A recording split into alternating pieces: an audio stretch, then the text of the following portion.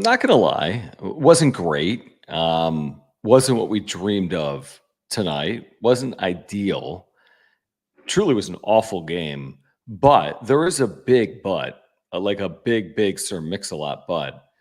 Friday's another day, and that'll decide this whole thing. And you, Darvish, is going to give you a chance to hopefully win it. The Padres have been very good on the road, and they put up a stat at the end of this game as well that home teams in Game 5s in the divisional series have not been good, including in the National League. We saw the Padres roll, obviously, in Game 2 at Dodger Stadium. So a chance to clinch denied by the Dodgers. We could question a lot of decisions potentially early in this game. But this was not enjoyable. I mean, nobody went there expecting this. You got 47,000 people in the building hoping to celebrate tonight. And honestly, credit to the Dodgers for scoring early off Dylan Cease. The decision to start him on short rest was absolutely arguable. And we can get into the merits and the pros and cons of it. And Cease wasn't good, but the offense wasn't good. And the bullpen day, the fear of a bullpen day is you don't face any pitcher more than once throughout the course of the game. No batter faced any pitcher more than one time. Jim, you kind of wonder if the Dodgers run it back Friday with a bullpen game coming off a day off on Thursday. But if you're here right now, and there's over 300 of you here right now live, there'll be many more throughout the course of the night and the next 24 hours. You know the deal. Please subscribe because Game 5 is going to be a big one on Friday at 4 o'clock Pacific. Smash the like button for us. You can follow us on X at John Schaefer, at Jim Russell SD. We appreciate the supers. We'll get to all of them. We see they're rolling in right now. We appreciate your support of the channel. If you want to control the direction of the conversation, if you just want to support our work or say hello, you can click the $ below the chat box. But as bad as it was, it'll all come down to Friday for both of these teams. Yeah, I think if you asked, would you take a Game 5? Like, yeah, I would. Not the most ideal situation, but going into this series, I had Padres in 5. I'm not surprised at all. It's gone 5 or it's going 5 now. I don't think anybody's surprised. The surprise would have been, I think, if one or the other team swept or won 3-1. I mean, they had the opportunity tonight and they blew it. They blew that opportunity. We'll get into the whole decision with Dylan Cease and all that. But yeah, dude, during John and Jim today, we had Mike Farron on the show, and we were texting back and forth a lot during the game. Mike Farron works at MLB Network Radio. Yep. Great baseball mind. He really is. He on a daily has conversations with managers and players and executives and GMs. So he is as dialed in as it gets. And he called this game to a T tonight.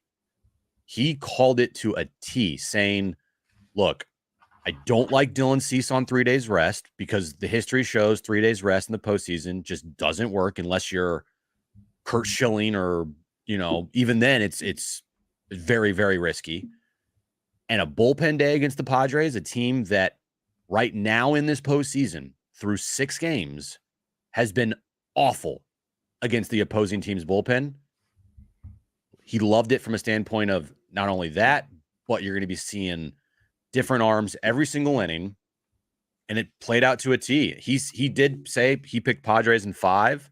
He said teams are both very well matched, but he thought Padres just were the better overall team. He picked them in 5, but he said tonight, Cease, bad idea, bullpen day for the Dodgers, not great for the Padres, and the game fucking sucked. It was awful. Oh, it was awful. I mean, if I'm thinking tactically on a decision or two, I'd probably want to have back. Sure, with the benefit of hindsight, Dylan Cease on 3 days, probably not a great idea for the first time in his career against the Dodgers lineup. I mean, right. So, and based on what we saw in Game 1, where he was fully rested and he wasn't good, and now not fully rested, he wasn't good. And it is concerning because at times this year, Dylan Cease was damn good for the Padres, and right now he looks completely lost. But if Dylan Cease is going to be basically a bullpen game starter for you and only go, an inning or two, then why is he given an opportunity to face Shohei Ohtani a second time there in the second inning, which extended out the lead for LA? I know the Padres don't score, but of course there's a difference between being in a close game and being in a lopsided game as this game went along. So I really didn't like that decision. And then it kind of just snowballed from there. Did the Padres do anything on offense? I mean, Machado killed a ball that stayed in the park. They had some base runners. They didn't take advantage of them. I credit even the starter. I thought the Dodger starter, Ryan Brazier, he played a critical role, Yeah. working a 1-2-3 first inning. He got the first out in the second inning, and then that allowed them to get into their plan. And they go to a lefty, and they all of a sudden start mixing and matching. And once they had a lead, and this is what Mike Farron said, he said that bullpen with a lead, they're going to treat this thing like they're closing out a game in the second inning or the third inning, and that's essentially what they did. But I wouldn't have had Ohtani face Cease that second time. If Cease didn't have it, Cease didn't have it. I don't know why he got Ohtani a second time, but I don't think it's the difference between winning and losing. And I don't know if the Padres had a chance of winning this game no matter who started tonight, truthfully. I said the other day that I liked the decision of Dylan Cease. Yep. I'd rather have that than Martin Perez out there. Obviously, benefit of the hindsight now, it's like, what the fuck were you doing? I don't know if it's any different. I don't know if it's any different either. Because this offense tonight just looked completely lifeless, like completely lifeless. And that's a problem going forward. If this team can advance past the Dodgers here, you're going to have to do something late in games off of the opposing team's bullpen. And right now, they have not done that in this postseason at all. They've done all their damage against starters, all their damage. I mean, if I'm Dave Roberts, I'm honestly going bullpen day again, because the thing that happened tonight obviously the loss is the worst, but the game within the game that happened, you didn't put any stress on this Dodger bullpen. Yeah, none. They were throwing like batting practice, like no, not in the sense of they're getting hit, but like right. No effort was given at all. No stress was put on them. Nothing. You didn't have Trinan that had to, potentially go 2+ innings.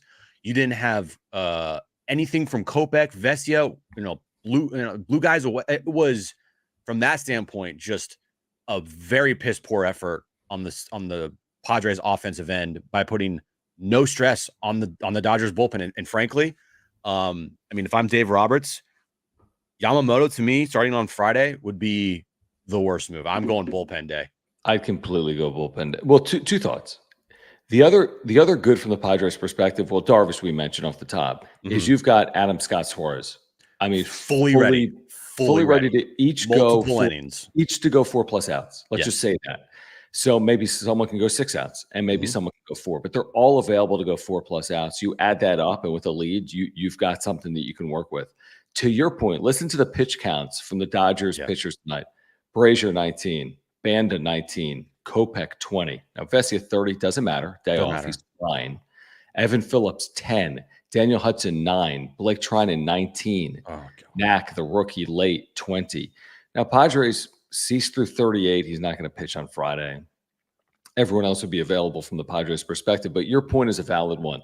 If they did go with Yamamoto or Flaherty, it's going to be like Brazier tonight, where you could go to your bullpen with 2 outs in the first inning. If you face 3 batters, you go to your bullpen with 1 out in the second inning. You just got to treat it solely matchup dependent. Yeah. So that alone wouldn't shock me if Flaherty or Yamamoto actually started a game, but I would be surprised if either of them went 3 or 4 innings in the game with as good of a bullpen as the Dodgers have. Now, the Padres have a darn good bullpen if they need it, but I think I want to trust you, Darvish, against the Dodgers, a team he's had historical success against, and against 3 hitters he's had historical success against. Shohei Ohtani, Mookie Betts, and we'll see on Freddie Freeman. He could absolutely be out there on Friday. We'll see. It worked tonight without him. But the game within the game, Jim, and we'll get to these supers. We appreciate everyone's support. Please subscribe, and thank you for the super chats.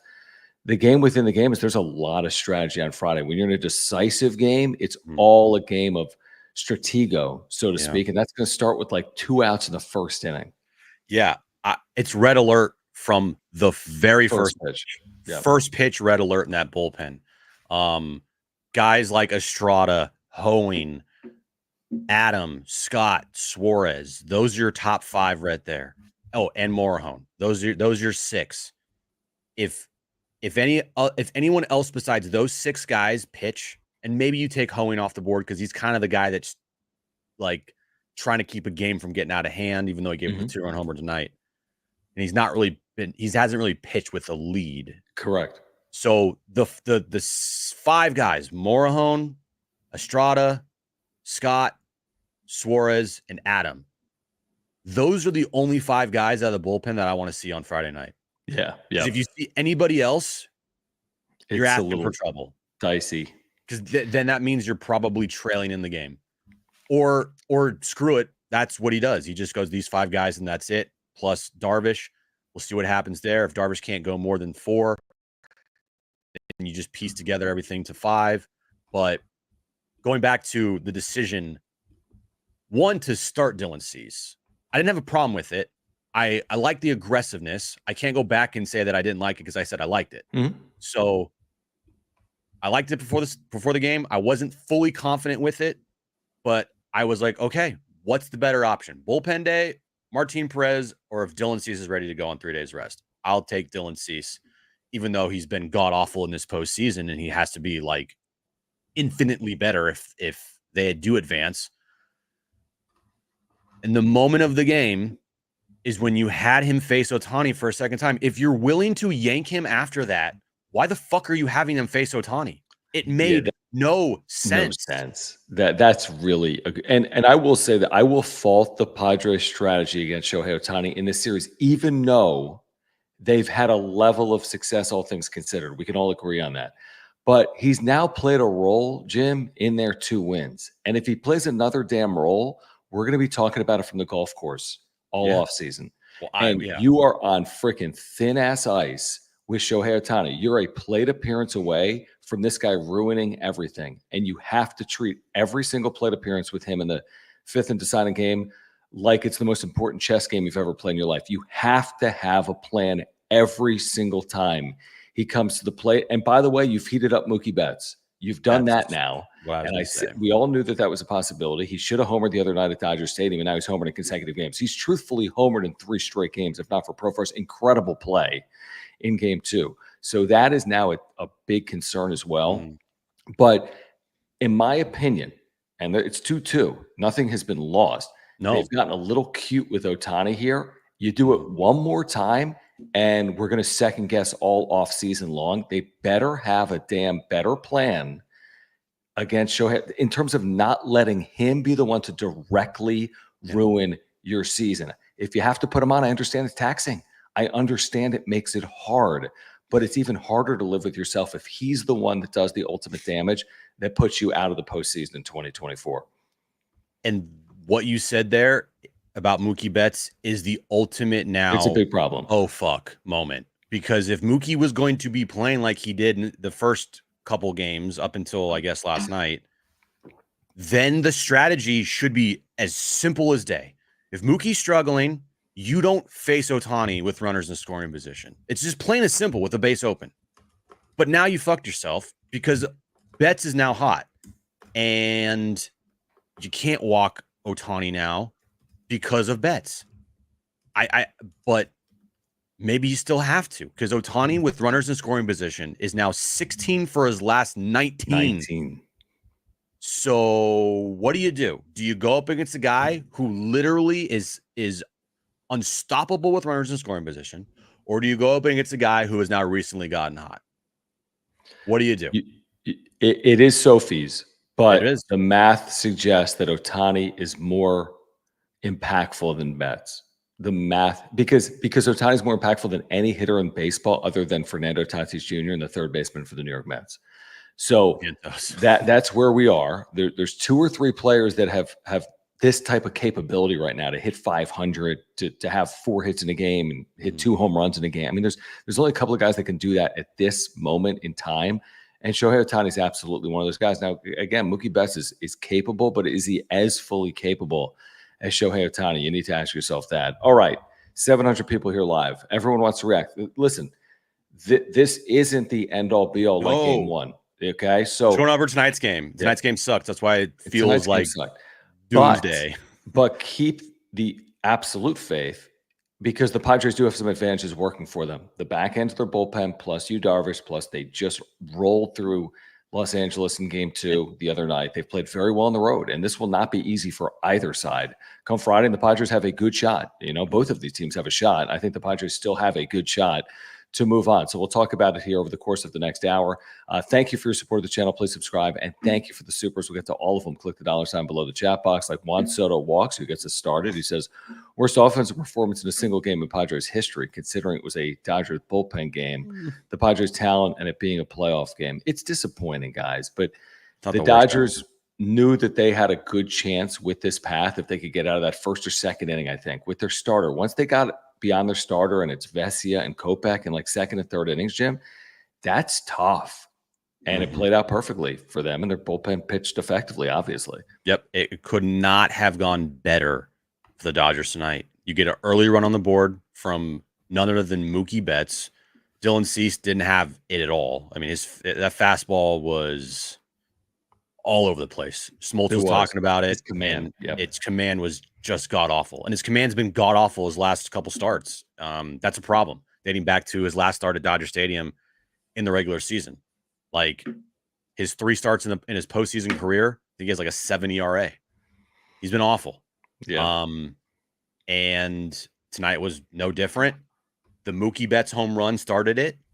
You get out of it only with 1 run, but then the problem is, like, you let them off the hook by letting Brazier basically just mow you down. Like, he was 4 up and 4 down to Merrill. They had it perfectly planned out because once they got to Merrill, it was 3 of the next 4 were lefties. And it just worked. It worked out. We talked about it, John and Jim. It's like, you got to score early. Yeah. Because you know that Trinan and Hudson and Kopech, which came in earlier than I expected, Vesia, you're going to face those guys for potentially more than an inning. Yep. And you've done jack shit off of those 4 guys. Correct. You had to score early, and they didn't. They just looked completely lifeless tonight. Is that because the Dodgers bullpen was so good, or because the Padres have had just massive problems against opposing teams' bullpens in the postseason? Maybe it's a little bit in between, but just overall, just an awful offensive performance tonight from 1 through 9 in the lineup.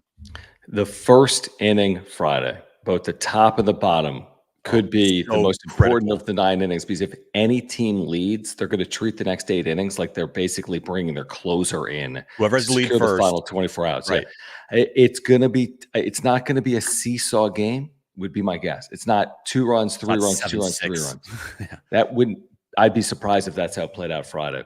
Evan, thank you. Says, when was the last time Jerks and Profar drove a baseball to the outfield? Hell throw a rise in there too. Embarrassing performance. I understand it, guys. People are frustrated. There were 47,000 people there. We were downtown each of the last 2 days. People are excited. Nobody wants to perform like that. The Padres didn't want to play like that. That wasn't their plan for the night. And maybe they played outside of their norm, so to speak, especially once they fell behind 1-0. They were trying to do a little too much. But this isn't the time to be overly critical of Jerks and Profar, or overly critical of Luis Ariz. I mean, it's not going to accomplish anything, because guess what? We'll change our tune if Jerks and Profar's got the game-winning double on Friday, or Luis Ariz has a 3-hit game as part of a win on Friday. I don't think tonight's the night to just completely go all in on individual bad performances in Game 4, because there were a lot of them. Yeah. Ariz has not been good this series. Manny Machado has not been good this postseason. Jake Cronenworth, besides the other night when he had a couple of hits, has been completely lost at the plate. Correct. Xander Bogaerts was having a good series, but he's cooled down a bit, and he made a big error tonight. A terrible error, yeah. But what you got to do, and after this wrap-up show's over with, you wipe it away. You flush it, yeah. You flush that thing as far down the toilet as you possibly can, because this team this year has done things that you have not seen a Padres team ever do. They are resilient. They are gritty. They are grit squad. They have had comebacks. They're the never give up Padres. This is just another test that they're going to face on Friday night. And I feel confident in their chances to pull it off because of what I've seen all year long. And you have seen as well. This team does not give up. And if you think this team is going to go to Dodger Stadium and just lay down and lose like they did tonight without putting up a fight, no chance. You haven't been watching the same Padres team we've been watching. Yeah, I'd be surprised at that. I don't mind the off day, by the way. You could clear it completely away. Yep. Get away from it for a couple of hours. And I'm talking about the team. Get away from it from a couple of hours. Refocus come Friday. It's a very interesting start time. Friday at 4 o'clock Pacific. Nope, 5:08. Oh, they did move the start time, Jim? They moved it because the Mets won. Are you sure? I'm looking at it right now. It says Friday at 5:08 at Dodger Stadium. Because the Mets won, so their series is over with, and the Yankees and Guardians or sorry, Okay. Yankees, Royals, Gardens, Tigers. They play Oh, you know tomorrow. why they kept putting that up? That's their pregame coverage. They always do that on Fox. They Oh, kept okay, throwing yeah. up 7 o'clock Eastern. That bullshit. That's pregame. First Yeah. pitch is 5:08. Okay. Thank you. Okay. So 5:08. That's fine. Again, it's an early start for Los Angeles or San Diego, but that's fine. So 5:08 it is, and we'll get this thing underway at Dodger Stadium. Carlos, Yep. thank you. Says don't even know who to blame for tonight, and that's where you should start. That's why you shouldn't go all in on Dylan Yeah. Cease or There's so many Mike things Schill that happen. or the bullpen. It was a confluence of events and poorly played and probably maybe not perfectly strategized from the organization or from the manager's office. It wasn't their best night. But guess what? They've won as many games as they've lost in this series. So, I mean, Yeah. we're back where we started, which is entering game one with one team needing to win more than the other. So this is it. I mean, it'll be decided on Friday. Yeah, the fact that it's at Dodger Stadium, does that honestly, I don't even think it's that much of a factor, Jim. If anything, I think the Padres feed off it. As we saw, I think they fought in game one, and they certainly showed a ton of fight in game two in the rout. So I don't think playing at Dodger Stadium is problematic, truthfully. If anything, I sometimes they got a little extra juice on the road. I think this Padres team plays its best when they're either slighted or they have their backs against the wall. And they have their backs firmly against the wall now, going to Dodger Stadium on Friday. But again, like I said, just because they got their ass kicked tonight does not mean you should be, well, season's over. If you've watched this team every single day, like we know you all have, they are a resilient bunch. They are gritty. They don't give up. They fight to the end. All the stuff that's been instilled over the course of the season. You ask me right now, you got to go and win one game. You got to win one game at Dodger Stadium. That's it. One game. Let's go. I mean, Let's go. Let's go. If someone would have told us that February 15th, You win one game at Dodger Stadium, you're on to the NLCS. Come on. I mean, you're going to have to take your chance there. And you, Darvish, even if it is against the Dodger bullpen, or certainly if it's against Yamamoto or Flaherty, I mean, I'm curious to see what the betting line will come out to be. My guess is this thing is dead even. Both teams in that minus 110 range is my guess for Friday night at Dodger Stadium. Carlos, thank you again, man. Appreciate you. Great seeing you the other day, by the way. Yeah. He said starting Cease was risky, and that's fair. Don't know why he pitched to Ohtani the second time. If he was off, completely fair. Tatis can't carry the team, also fair. Cronenworth looks dead. Profar 2. Offense was lifeless. I'm worried and scared. I mean, you're a fan. I mean, everyone's a little concerned. I mean, we're all nervous. Yeah, everyone's nervous. I don't know if scared. The team's not going to be scared. They're not scared. They either are going to win the game or lose the game, but they're not losing because they're scared. I promise you that. Concern is what fans should feel. I mean, you're vested. You're all in. Carlos, you're a lifelong fan. Everyone here, by and large, is a lifelong, probably Padre or Dodger fans. There's trolls here tonight as well. So, of course, you should be concerned. That's what fans do. And, of course, you're going to obsess over it for the next 48 hours. Yeah. And we'll see if they show up. I trust in them to show up, to Jim's point. They've shown up more often than not this year. I'd be surprised if they didn't on Friday. Yeah, rarely does this team have back-to-back clunkers of late, like the second half. Yeah, I can't remember where they've had back-to-back, like really, really bad games. They've lost back-to-back games at Dodger Stadium the last series of the year, but that second game after the triple play game, they were up 2-0 in the seventh inning. And then Will Smith hit that 2-run homer off of Joe Musgrove. I almost said Joe Darvish. Joe Musgrove. Who's Joe Darvish? So, like, rarely have they put up back-to-back clunkers. And because of that, that's why I feel Friday night's going to be a dogfight. I would not be surprised if late in the game it's like 3-2 somebody or, 4-3. Like, it just does not feel like it's going to be a game lopsided on either way. Could be wrong. I hope it is lopsided on the standpoint of the Padres, because then that would be a very, non-stressful game if the Padres are up 9-0, like the Dodgers were up 8-0 tonight. I just don't feel that. Both teams are really, really good. The Dodgers are the best team in the National League. The Dodgers have the best record in all of baseball. The Dodgers have home field. Yes, they won the division, so they're going to be fighting, and so will the Padres. And the Padres have matched the Dodgers at every point this year, and it all comes down to one game Friday night. And truthfully, if you're a baseball fan, it's I think you couldn't ask for anything more. As a Padres fan, you're probably sitting there being like, this fucking is stressful, bro. And it is. It should be. Next 48 hours are going to suck. They're going to suck. But Friday night, after 9 innings, it could be all, worth the next 48 hours. I'm fast forwarding in the supers, then I'll go back in order from when they've come in. But I wanted to get to this because we just referenced this. I don't know if this is what John is theorizing or if he's already seen a Game 5 line. Again, starters have not been announced, at least not for Los Angeles. Darvish will be starting for the Padres. But John says, and I don't know if he's seen this somewhere or if he's theorizing. He says Dodgers minus 140, Padres plus 120. That surprises me if the Dodgers are minus 140. Then someone asked, by the way, in the chat, can you explain what the minus or the plus means? That means for the Dodgers, you put down 140 to win 100. Everything's based on the number 100. Minus 140 means you put down $140 to win 100. On the Padres, you put down $100 to win 120. So that's what that would mean, by the way, if you've wondered what the minus or the plus means. But that, and I just Googled it. I didn't see something. I don't have access to things like Tim Murray, my buddy in Vegas, that Vegas Sports and Information Network would have. I might text him actually during the show. But if that is, in fact, the betting line for Friday, that to me is somewhat surprising, even though it is the Dodgers with that payroll at home at Dodger Stadium and that mystique, I guess, as well. Let's get back to some of these super chats here. Let's see. Carlos again says, we don't hit bullpens at all. Tonight was lined up for us. No Freeman, no big name starter, and we were coming off an emotional win. Now I don't know. I mean, it felt good going in. You're right. Freeman gets the scratch. You're facing Ryan Brazier. And you got Dylan Cease, who finished second in Cy Young voting a couple of years ago and threw no hitter this year. Yeah, I mean, what sounds bad about that? And you're at home. And it didn't work out. Yeah.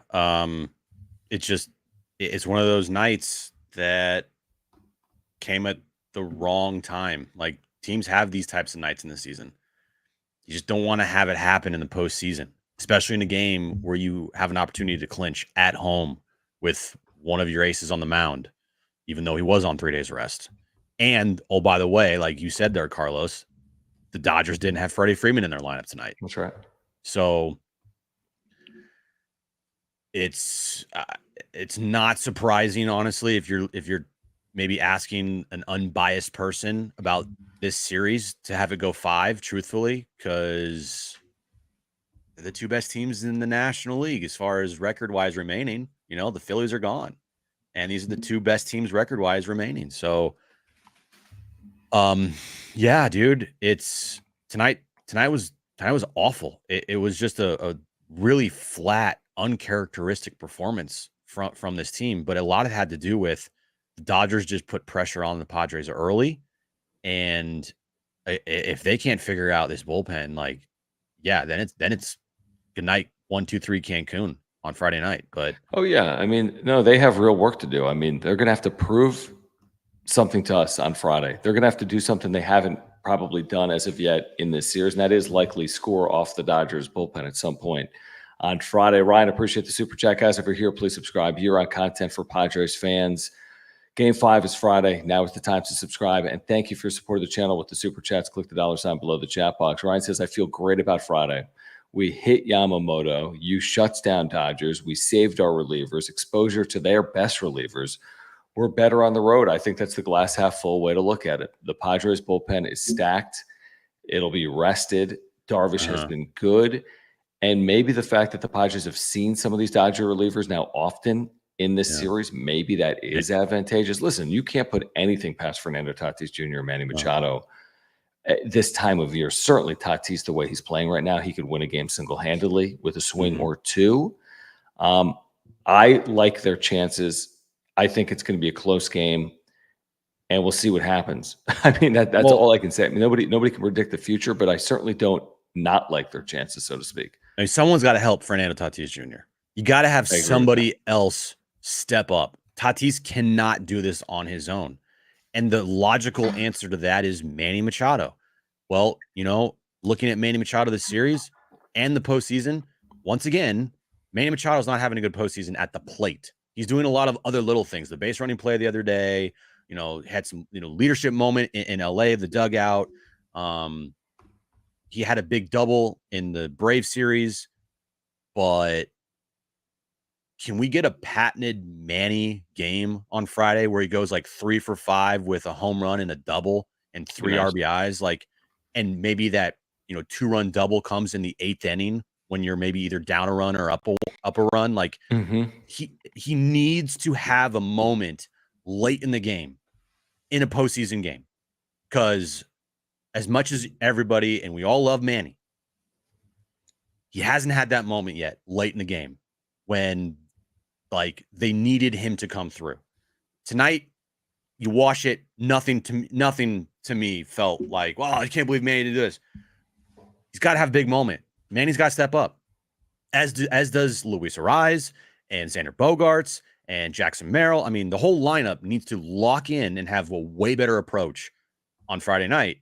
But yeah, dude, we know how this team operates. When Manny goes, the team goes. Fernando Tatis Jr. is having an incredible postseason. He can't do it on his own, because if Tatis has an off night like he did tonight, well, he had a double tonight, but still, Tatis has an off night and no one else is performing, you're fucked. So you got to have someone step up, and it starts with Manny. Truthfully, I think it starts with Manny on Friday night. Set the tone, but also if there's a situation late in the game when he's up, like he has many times in the postseason, and an opportunity to kind of flip the game on its head, he has got to come through. Let's get back to these supers. I agree with you. Steven Jackson, thank you. I'm assuming no relation to the former Rams running back? Or the basketball player? Right.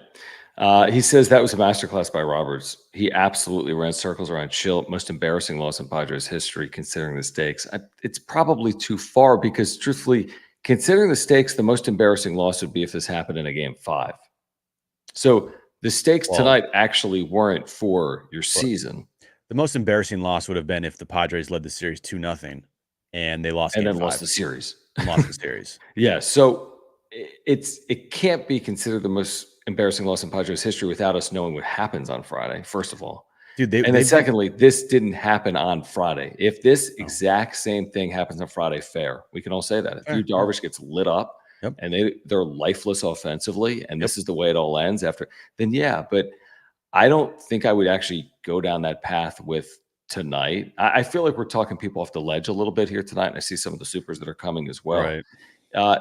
This wasn't for the series. I mean, would you have preferred to win this as opposed to lose it? Yeah, no shit. It's the postseason, but this won't decide whether they're going to be playing next week or not. Friday will. So I don't think the stakes actually make it the most embarrassing loss in Padres history. I think the stakes on Friday would warrant further hot takes about, the magnitude of the game. And by the way, we kind of did a little bit of this today, and it sucks. I didn't feel that comfortable doing it, and like the looking ahead, right? Like, no, I don't give a shit about the NLCS game 1 and who starts that game on Sunday if the Padres make it.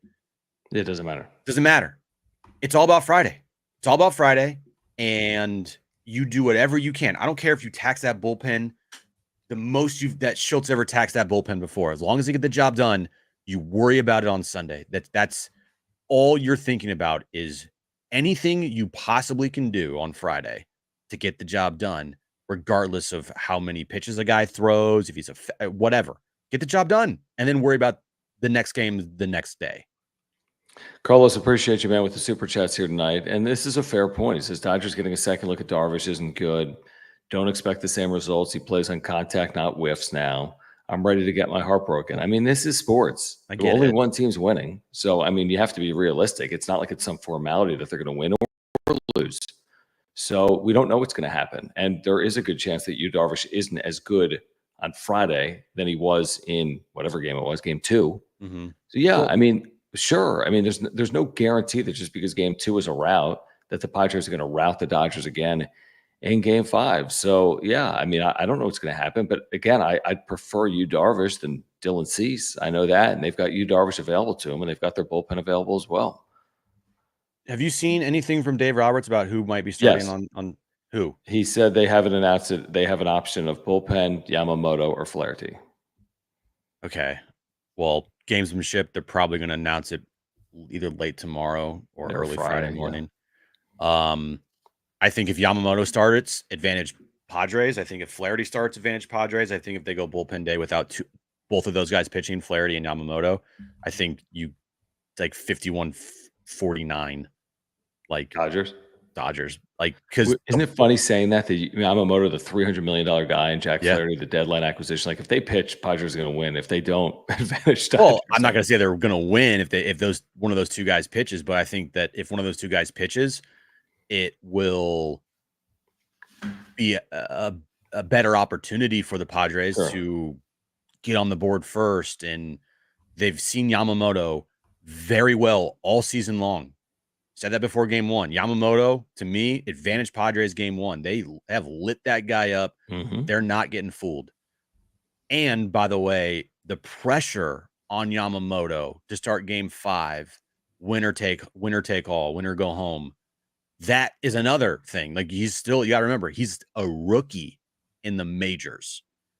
Flaherty to me as well. Like, give me Flaherty Friday. Give me Yamamoto Friday. The one thing I don't want to hear is like Ryan Brazier starting on Friday night. I'd be like, it won't be Brazier, like, but or like somebody else, some for the bullpen, right? Yeah, I know. Maybe it's Knack who closed it out there in the 9th inning. But also too, if Yamamoto pitches, you don't want to Yamamoto. You want to light him up so you don't see him a second time or a third time. You want to light him up. And it wouldn't give you the chance to. He's not facing more than 9 batters on Friday. By light him up, I mean, like, have a couple on, hit a 3-run homer, like, boom, how you doing? But that's the thing, like, right. You either score off him early or you don't score off him, because he's not going to throw more than an inning or 2 or 3, good, bad, or indifferent on Friday. JD Gatcho, thank you. Says, besides you, the Padres starting pitching edge isn't there so far. I mean, that's clearly the case with Dylan Cease. Winners find solutions. Losers make excuses. No, but I mean, that's, King was great against Atlanta. That wasn't the case necessarily yesterday in the win, and Cease has not been good. But you know what? If Darvish is the edge and that's good enough, then that's good enough for me if it works out on Friday.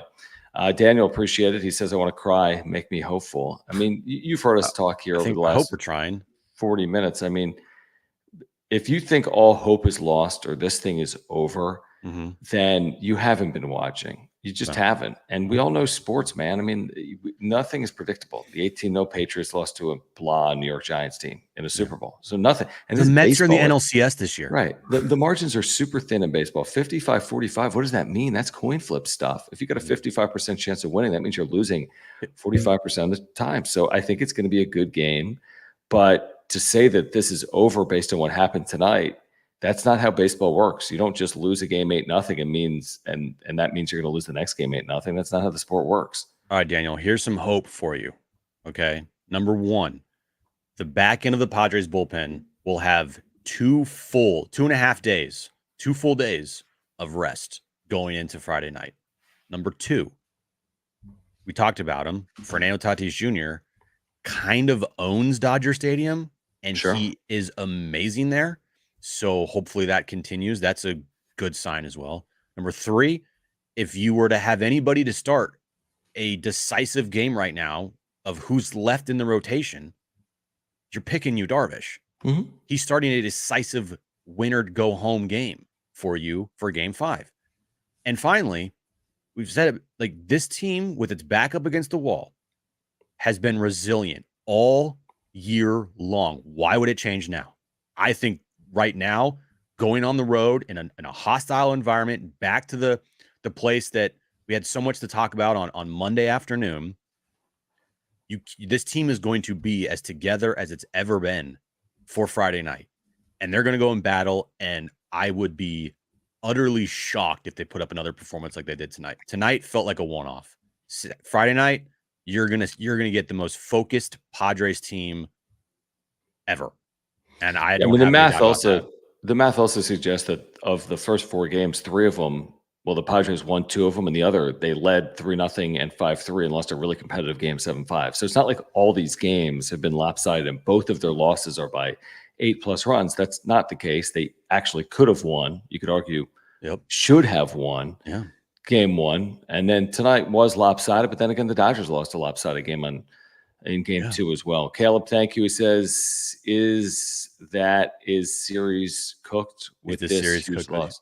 Is the series? No, of course not. As you've heard us say over the last 45 minutes, the series is not cooked. I don't care what happens on Friday. I still would stand by what I'm saying Wednesday night, which is the series isn't over based on what happened on Wednesday night, because there's other examples of teams losing a fourth game or a sixth game at a best of 5 or best of 7 series, and then bouncing back, of course, to win game 7, even if it is on the road. All right, here's what I want to do real quick, because we're going to get back to the conversation in a moment. I do want to thank our title sponsor here on the Wrap Up Show. We saw Mark earlier today down at the Naughty Barrel. If we saw you earlier today at the Naughty Barrel, thank you for swinging by. Hopefully we'll have a chance to go back if the Padres can advance in this Major League Baseball postseason. Cross your fingers on that. But we saw Mark. He's a longtime supporter of the channel. Is he happy about tonight's result? No, he's not. He absolutely is not. We've been texting with him here tonight. He's a diehard, lifelong Padres fan, native San Diegan. I've got 3 insurance policies with Mark: homeowners, life insurance, and earthquake insurance. You can as well. He does auto as well. And just by switching your insurance, he could save you $750 or more.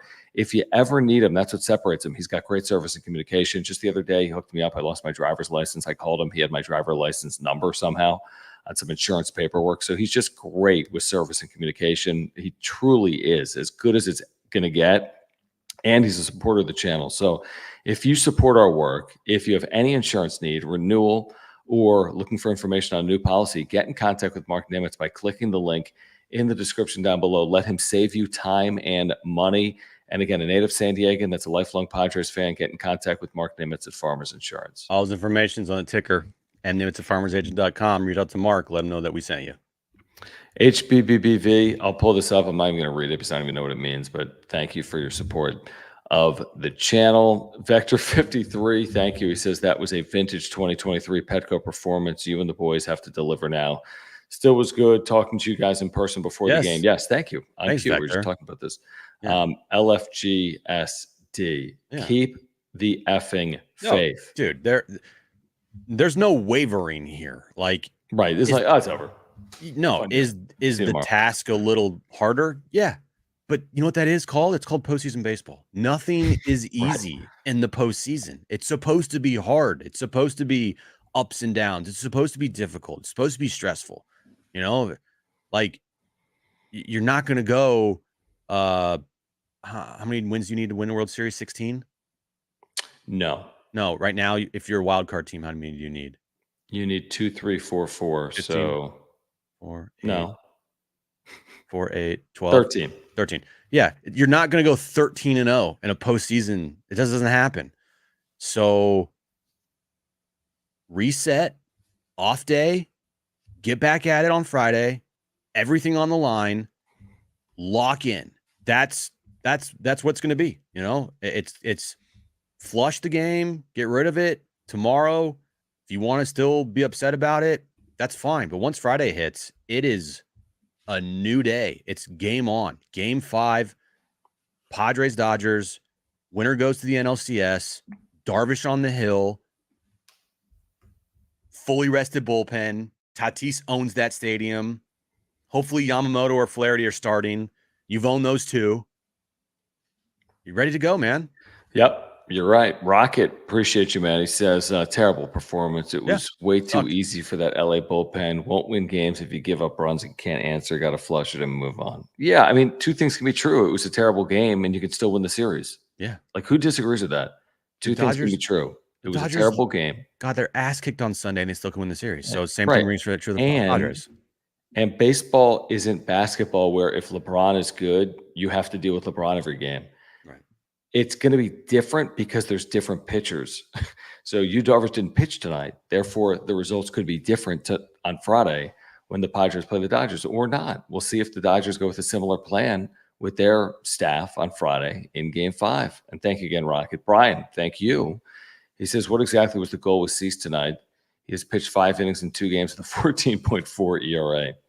It's a good question, like what their true intent and plan was. Like, let's say through 4 innings, he had allowed a run and thrown 60 pitches. Is he starting the 5th? Or are they like, we're good? I think they kind of viewed today as a bullpen day, but they were just hoping they could at least get 4 with a lead after. Like if they got, Probably. I think if they got 4 innings from Dylan Cease and they led the game, I would hope that they would have made the quick hook. But Schultz had his 2 worst probably managing performances of the season in game 1 and tonight in game 4. Which It's is not magnified now, man. not good timing, and of course it's magnified because It's magnified and the teams are better. Yep. And the stakes are higher. Yeah, tonight was not a good night for Schilt. It was not a good night for everybody. Everybody has blame in tonight's loss. No one had a good game. And but Mike Schilt, who's Mr. We have a plan to get Ohtani out. Oh, well, again, stop. It's not that it hasn't worked at all, but how costly has it been when he's come through? Like, it's been the difference between winning and losing now. And I don't know if that was the difference today, truthfully. I mean, maybe Ohtani does nothing tonight and the Dodgers still roll. But it wasn't a great idea to have Dylan Cease face him a second time, let's be honest. Ohtani's had 2 good games in the series. The Dodgers are 2-0. The 2 bad games that he's had, they're 0-2. Yeah. There's no coincidence there. And that's why, to me, he was the X factor going in this series. Ohtani, if Ohtani has a good game, you're probably going to lose. If you can hold Ohtani down to not have him do anything of consequence, you have a really good shot to win that game. Mm-hmm. I agree. Nick, thank you, man. He just wants to know about my hat. We talked about these hats yesterday. Parksandnormal.com. I put it in the chat. Great company. Jim's got some back there. This specific hat that has a suede or silk underbrim and script San Diego on the underbrim. These hats are spectacular. Look at Tony on the side. This is corduroy. Yeah, they got some really unique pieces. So check them out. Parks and Normal. Parks, Parks, and A-N-D, normal.com. San Diego company, by the way. High Note Music, thank you. He says, I'm honestly shocked. All energy, swag lost. I think season is over Friday. Nothing's to instill confidence. Bullpen game, no Freddie. Same old Padres. You don't think that. You know how I know? Because you're here. Mm-hmm. So you don't. Like, maybe part of your brain is saying this thing's over, but part of it's like, let me hear what John and Jim have to say about it, because maybe it isn't. So you don't truly, fully feel that way. It might end Friday. Nobody knows. But it's not over based on tonight. It's just not over. And I am not going to put in my mind that this one is over, because the things that we've talked about so far in this show, Darvish, he's had good numbers against the Dodgers. I would say of the entire staff that's remaining, I think he has the best numbers of them all. Dylan Cease. Oh, yeah. Not good numbers. Michael King didn't pitch great on Tuesday. Pitched well enough, and then it was huge what he did after the Grand Slam. Joe Musgrove's never beaten the Dodgers in his entire career. So, and I know Joe's done for the year, but you tell me you have 1 game to win against the Dodgers, and of the pitchers on your pitching staff, who are you choosing? I mean, I think you'd have to choose Darvish. Now, it is interesting that he's going to be pitching at Dodger Stadium in a winner-take-all game once again, because we know how that worked out that one time in that one game for that team. But that was a different time. This is a different chapter. This is completely different. I just don't feel like this Padres team is going to put up the performance like they did tonight on Friday. I honestly do not feel that. And I would be shocked if they did. I would be shocked if they put up like 1 run on Friday night, go 1 for 10 with runners in scoring position, and lose 5-1. 5-1, yeah. I know. And I said earlier this series that, I mean, Darvish came back for this. These are the stakes. Mm-hmm. This is what you asked for. You got a chance to win in the postseason, and you're 38 years of age. This is your last best chance. So take advantage on Friday is what I would say. The Fiery Friar, thank you. He says, I almost couldn't get myself to tune into your show tonight. I'm hoping you can talk me off this cliff. No pressure. We've been trying to do it here tonight. I mean, we've said everything we possibly can about why you shouldn't think that it's all over based on what happened here tonight. This was always a possibility, Jim. I mean, you didn't want to go back to LA. Think about this 5-year war, so to speak. Padres-Dodgers, 3-game sweep by LA in 2020 in the postseason. 4-game series win by the Padres in 2022. Now we finally get the 5-game series. It's been a good battle. It was finally a regular season series won by the Padres in 2024. It's basically what probably baseball fans have deserved. I know Padres fans would have hoped it was over in 4, but the fact that it's going 5 isn't necessarily a bad thing. Yeah. Nobody's going to ever look back and say, you know what, they made the National League Championship Series, they made the World Series, but it took them 5 games, not 4. So someone's going to win this thing in 5 games, and hopefully it's San Diego is the point. What was the record that was shown on the Fox broadcast after the game for home teams in a Game 5? Game 5 teams in the DS era at home are 14-21.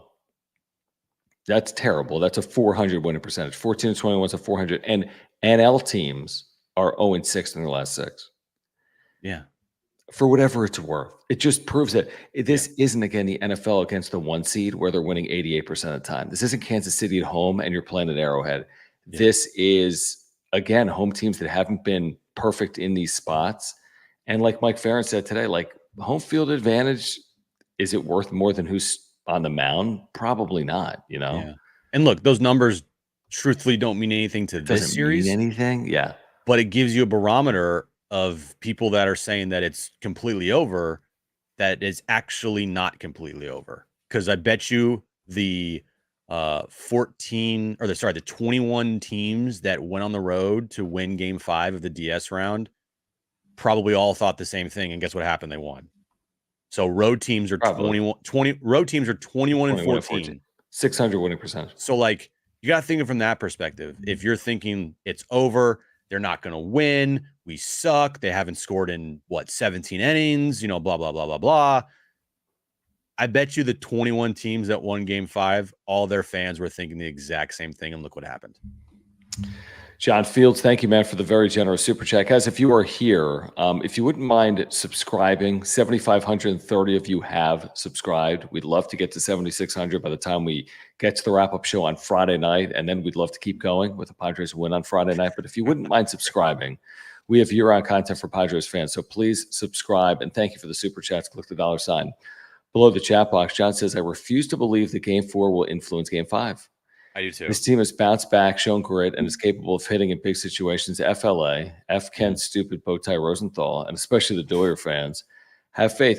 He might have summarized it better than we have in 53 minutes. Game 4 doesn't factor in to Game 5. End of sentence.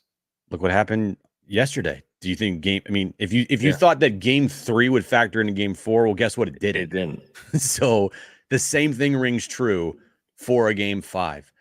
Nothing that happened tonight should impact what happens in Game 5. It's just, you can't think that way. You can't. And truth, and honestly, it's like, that's not how baseball works. We've seen so many times a team bounce back after a bad loss in a postseason game. It's happened all the time. Happens all the time. And I feel very confident with this Padres team bouncing back. I just continue to think to myself, there's no way that this team, what we've seen this year, the fight they have, that they're going to go out and just lay down and die on Friday night. If they do, then I will be the first one to tell you that I was wrong. But I just don't feel that. No, you wouldn't be wrong. You would just fall victim to baseball. See what I'm saying? You wouldn't be wrong because our eyes haven't misled us through the first 170 or so games of this season. Mm-hmm. But if something happens on Friday that we don't expect to happen, that's called something. It's called baseball. Yeah. So the Padres could win 13-0 on Friday. They could lose 13-0 on Friday. I'd be surprised by both. Right. More likely is a low-scoring, closely played game. 4-3-3-2, right? Yeah. But it is baseball. And things do happen, especially in small sample sizes like 9 innings. So, but to your point, the Padres have not been the team to not overcome adversity to this point. And they've always been able to show up when necessary, and we'll see if they can again on Friday. Carlos, thank you, says, bro, whatever they did during the season is out the window in October. The life got sucked out of them today. They're screwed. Needed to close today. I mean, That's not what I was thinking when they came home 1-1. I mean, we all wanted to avoid going back to Dodger Stadium, but if you would have told me there was a fifth and decisive game, I wouldn't have been like season over. And I get it, Carlos. I mean, It's been a tough night. I'm kind of this. I mean, I'm the same way. It's like you put yourself in a position as a fan, where get excited. You don't want to get your hopes up. So when if your team loses or whatnot, you're not fully let down because that's what you're expecting the whole time. And if they win, then you are surprised and euphoric, and it makes it better. Like I get it, but honestly, the regular season, the 170 games they played, it does matter because they've created this identity that will be tested, and it will be everything to their cause to win Game 5 on Friday night. If the identity that they've created doesn't play a factor in Friday night, then what was the point? You know, like Right. what's the point? These guys have been through every situation. Like I've said, I honestly thought that after the ball just magically hit off of the umpire's arm, that they were gonna do something, and now they didn't. But you know, it's baseball. Things just they happen. And going into Friday night, I guarantee you nobody in that dugout will even think for a second about you lost 8-0 on Wednesday. No, it's irrelevant. Padres Pain, thank you. Says tough watch tonight. Petco, pure pain. Yeah, if you're sitting there for all 9 innings, I mean, we thought about going in. Jim thought about spending $600 in tickets, dude. And that's sports. You're not going to win every single time you go to a game. But yeah, and I'm watching those people there in the 8th or 9th inning, and people stayed a lot longer than they stayed at Dodger Stadium the other night. I do know that. $700. Yeah, but it is tough, and it's not good. I mean, that rips the heart out of you when you're sitting there. It's your team. You're hoping to watch them celebrate, beat the Dodgers, and move on, and you got a chance to do that. It doesn't happen. But things don't always follow script. And they still have a chance to write this script on Friday. Yep. JD Gacho, thank you. He says, give the Dodgers props. They shortened swings, grinded through ABs. Kike Hernandez stepped up. Edmund squeezed play, Lux home run. The others came through. I completely agree. Honestly, that's what I was worried about the most. Honestly, how do you feel about this? Would you prefer the less than 100% Freeman in that lineup for LA on Friday? Or would you prefer Kike Hernandez, Chris Taylor, Max Muncy, Tommy Edmonds in there right now? Like, I don't know. There's something about this group that we saw tonight that's healthy. That was the thing with Freeman is we know he's not 100%. Right. And we also know he's Freddie Freeman, but I don't know if it's beneficial or not if he's in or out of the lineup. I didn't like Kike in the lineup just because he had good numbers off Cease. And guess what? Yep. Got hit off Cease tonight in a big moment. Yep.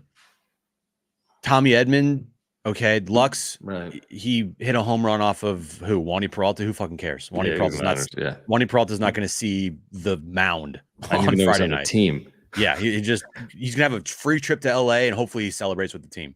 So like that Lux home run doesn't mean anything to me. Right. The one thing that we talk about there, shortened swings. Mookie's 2 biggest hits tonight, if you watch it back, they're short, compact swings. That's the scariest part of this all is like, oh shit, did Mookie just get hot? Yeah. Yeah, when he gets hot, it's scary. I mean, yeah. No, I know. So like heating him up, it might be just as concerning as having to deal with Ohtani, because now you got that Sophie Choice we talked about before. 1-2 punch. Yep. Ishmael, appreciate you, my friend. He says, why does Schilt have to announce the starting pitcher so early? He already announced Darvish. At least make it more strategic. Who else would you have, though, Ishmael? There isn't even an option. What do you think? Martin Perez game 5? Hoeing. Yeah, you want to go bullpen day? Want to start Morhone? No, I mean, there's not even an option. I mean, there's no gamesmanship there. That's why Dylan Cease was on 3 days rest. You could have Darvish on full rest come game 5 if necessary. I think Freeman will play Friday, though. I think he will play because I saw that he didn't want to play back-to-back games, or the back-to-back games would have been tough on him.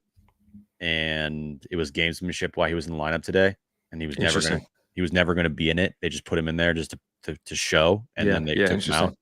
Yeah, So no, I would bet a lot that he's going to be starting on Friday night. I'd be surprised if he wasn't in there. Decisive game, at least to start. Matthew, appreciate you, my friend. He says, sitting right behind Profar, it's really hard to say what was going on in the infield and dugouts. It feels like Schilt may have been throwing spaghetti against the wall. Back to LA, maybe the spark they need. Oh, like What trying was stuff. I mean, the spaghetti against the wall, talking about the way they use their staff tonight. I mean, here's the thing is, when you're trailing 5-0 there, You're done. you're not going to Adam, Scott, and Suarez to keep it 5-0. And honestly, if they did, it would It have would have been turned out done. now to look idiotic because the offense did jack shit tonight. Mm-hmm. In a winner take all game, if they're down 5-0, they will use Of course. Adam, Scott, and Suarez as much as they possibly can, and Estrada as well. They're not going to Wandy. They're not going to Alec Jacob. They're not going. I mean, I don't think they would go to Hoeing right away.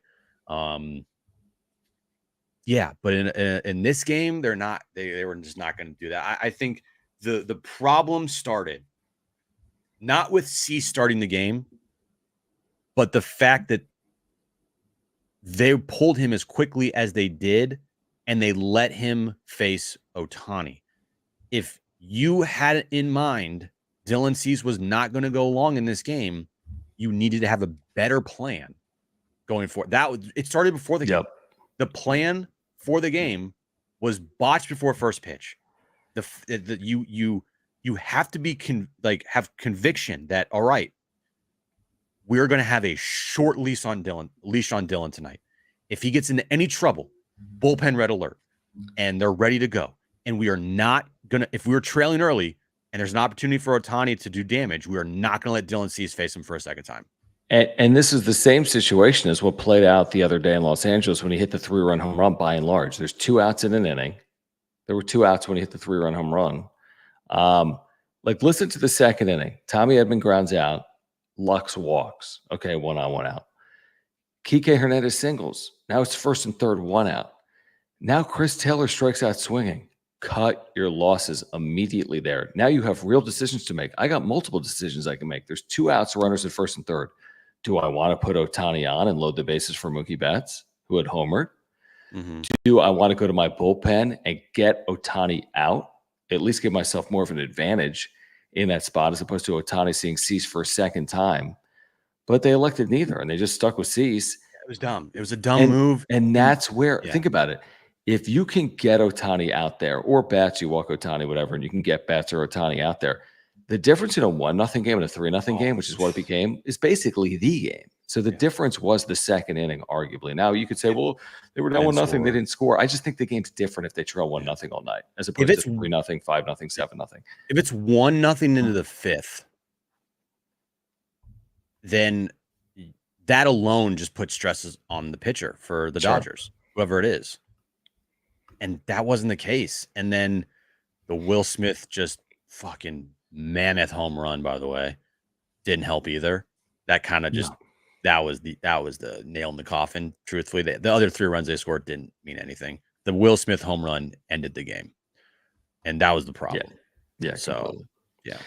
Adrian, appreciate you. He says, Game 5, runners in scoring position to let you face Ohtani a second time. Well, what's the situation? What's the score? What's the score situation? He has good numbers against Ohtani, by the way. He's pitched well against Ohtani. Right. Like if it's a scoreless game and it's the bottom of the 4th inning, he's probably going to stay in the game. The best case scenario to face Ohtani with runners in scoring position is you have like a 3 or 4 run lead, and there's only one runner on. And if there's a runner on second or third with no outs and you're up by 3 runs, then you absolutely face him. But if there's a runner at third with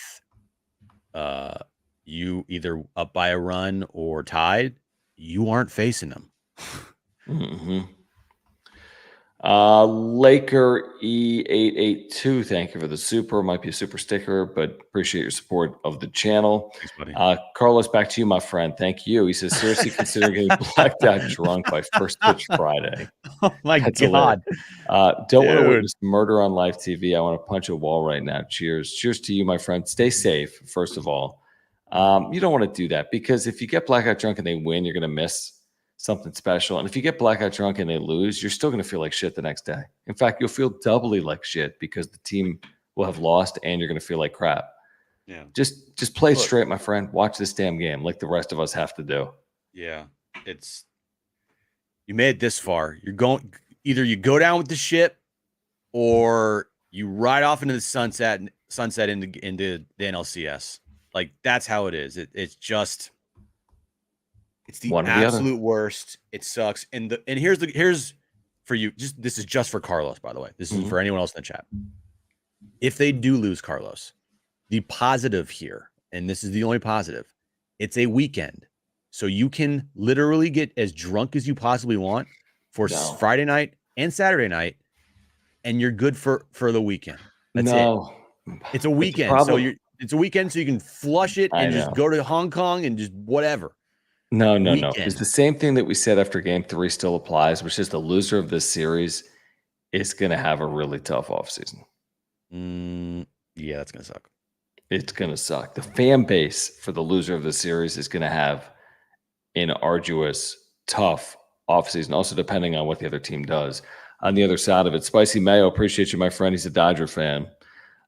Series has been fire. What's GG mean? Great game? Good game. Good game. GG. Series has been fire. Love what y'all do. We appreciate you, my friend. Thank you for being here. I don't know. Murray, appreciate you. Says our ace got rocked again. Any more excuses, Jim? Wow, he's calling you out. But what does Jim have to do with this? What excuses do I have? I said Cease's sucked lately. Patman 0074 says still unfair to criticize Arias and others. Maybe that's a rise. Yeah. No, we said it got to be better. What's that even mean? What do you mean unfair? I mean, what's happened is what's happened. It's a game 5. What happened in game 4 doesn't really matter. I mean, of course, if they lose the season in the 5th game and they lose 4-0 and Cronenworth has 4 opportunities with men scoring position, goes 0 for 4, he's going to be vilified. Yeah. Oh, same thing with Arise and same thing with Manny Machado or whomever, basically, other than Fernando Tatis Jr. So at this point, though, nothing has been fully determined, right? Like, isn't it going to come down to Friday? Why would we right now go all in on Luis Arise if we don't know what he's going to do on Friday? Go 3 for 4 with game-winning hit, 3 RBIs or something or whatever. Like when they lose, it gets in the postseason. When they lose, it gets magnified. When they win, it doesn't matter who puts up the stats. That's how it is. Like tonight, they lost. I called out Manny earlier in the show. He's got to be better. He's got to have a moment late in the game for this Padres team in a postseason. So far, 3rd time in a postseason in a Padres uniform. I haven't seen it yet. What the hell happened on the ball, by the way, that he hit out of the ballpark that didn't leave the ballpark? That was the most gorgeous swing and stand off his bat. That was gone every other night, it felt like. What? The Marine Lair killed it, dude. It's been cold down there. It was freaking freezing today. We were down there during the day. I thought it was cold. Mm-hmm. So, yeah, that has to be. I mean, he freaking hammered that ball.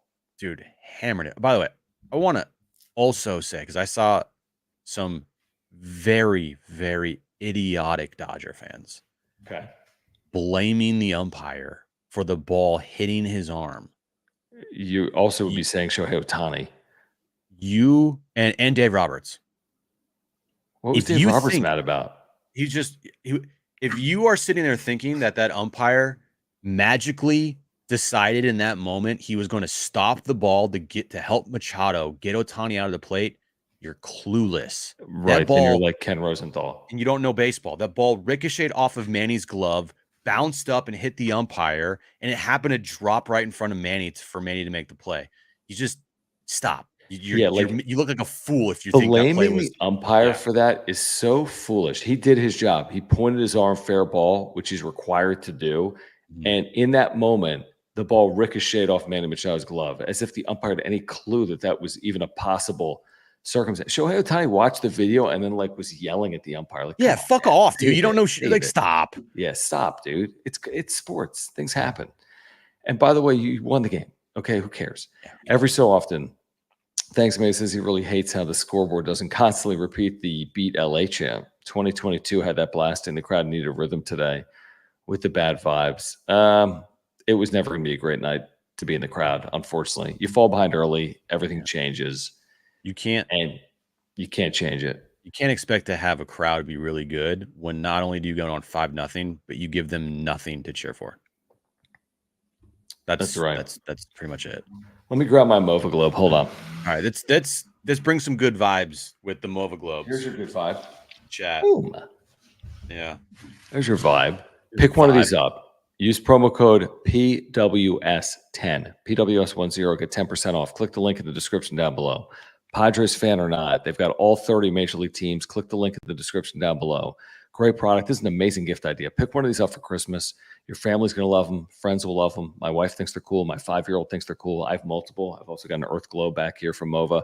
Click the link in the description down below. These things spin automatically with artificial or natural light. The company's based in San Diego. The technology invented here in North County, Cardiff by the Sea. And they just go all day and all night. And there are no cords. There are no wires. It is a great, great product. You can take that from us. And again, if you want to support the channel, if you want 10% off, click the link in the description down below. And remember to use promo code PWS10. That is PWS10. Yeah, cheer yourself up. Go get a MOVA Globe. If you're a Padres fan, get it ready for Game 5 and use our promo code PWS10. We ride at midnight, everybody. Earth. Thanks, John. Look at that. Is it Earth? Shit, I thought that was the sun. Oh, dude, that's crazy. Earth. It's crazy. I'm coming back. No interviews tonight again from Ken Rosenthal to the Padres dugout. Well, he was loving Will Smith and everyone else he talked to post game. Well, actually BRB. did something tonight. What are you doing? Can I get a water, please? Can't get a water. Darnay Tripp, who's too soft to join us tonight, declined. He said, "Yeah, screw you guys. I don't like your channel at all." He put out a tweet and he said, without looking, nobody cares. When's the last time the Padres got shut out in a game? John, can you, without looking, guess the last time the Padres got shut out in a baseball game this year? Don't look. I'm not looking, dude. I'm looking at you. What am I looking at?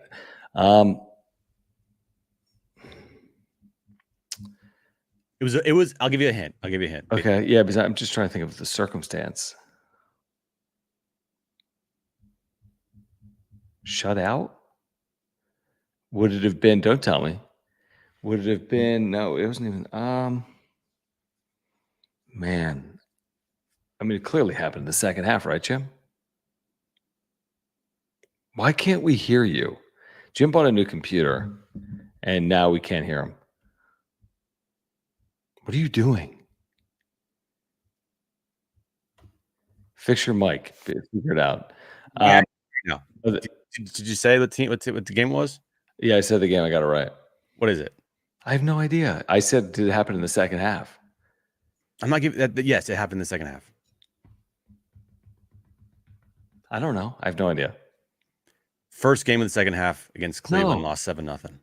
Oh, it's so funny. I was going to say the first game, I'm like, they scored, but that's right. It was 1-0, and then they allowed those 6 runs late. And then they ripped off, 8 in a row, 7 in a row? That's crazy, dude. I didn't realize that. Proof is in the pudding. This team bounces back very well after, really bad losses. Now, they didn't have many really bad losses in the second half, but that's an example for you of getting their ass kicked. That one, Homie's Garage, thank you. Says Cease killed the energy in the ballpark, not even giving us a chance this postseason, both games. Well, he's given us, maybe he hasn't given the Padres a chance, but Padres still have a chance.